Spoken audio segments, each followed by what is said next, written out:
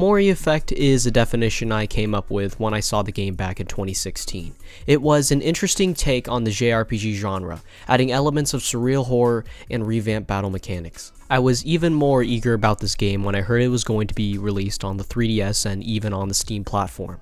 Well, it's now 2018 and all we've got is a few vague updates and one singular demo. Other than that, the company has been pretty blank in terms of what they have to tell us. Now, 2 years may be a long time for a game, but this indie RPG should have taken even longer, especially with such a small development team. But I heard this project was announced back in 2014, and I was utterly baffled.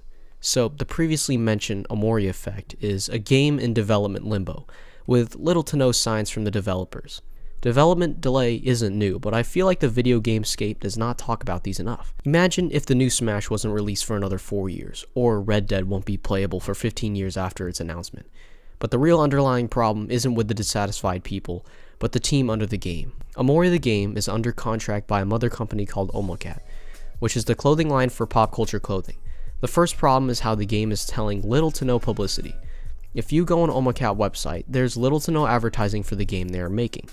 Omori even has a website, but the parent company doesn't have any link to their own game. And Omori isn't a small company. Some of their clients seem to be very reputable, and the clothing line also seems to be doing pretty well with all the new releases and collabs. So why would a company with a game that could potentially shake the RPG world not advertise it one single bit? Well, I don't have an answer for that. In fact, I don't have an answer for a lot of these questions. Another real concern for the development team is the treatment they get. This screenshot here was quoted from Reddit, and apparently the contract barred the development team from posting any announcements or updates without the permission of the parent company Omori. The developers and the team have been working 8 or more hours a day making music, sprites, hand-drawn assets, and much more. And apparently, the game is even more beautiful than ever. If this is true, then the parent company Omori has been at fault for releasing little to no information about the game, and maybe even responsible for the countless amount of hours put into that work. And now we are here, once again, empty-handed. And this is a huge problem for the lack of attention to the Omori team and all the amazing people working on it. They have artists and musicians also working super hard, and Omori's website doesn't even list any of those people either. It really makes you wonder if Omori cares about this project anymore, and has just moved on to pushing their clothing line. Remember, this is all speculative, but the fact that this is all speculative should really be underlying how the progress has been with this game.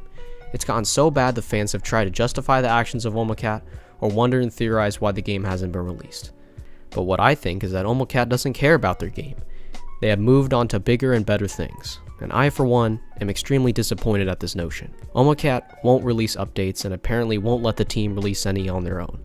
They give little to no attention, or from what you can see through the website, have little to no association with the artists and developers working on the game, and they put the clothing line in front of all. This is a recipe for disaster, and if we keep going down this path, there's a high chance we may never get to see the likes of Omori ever again.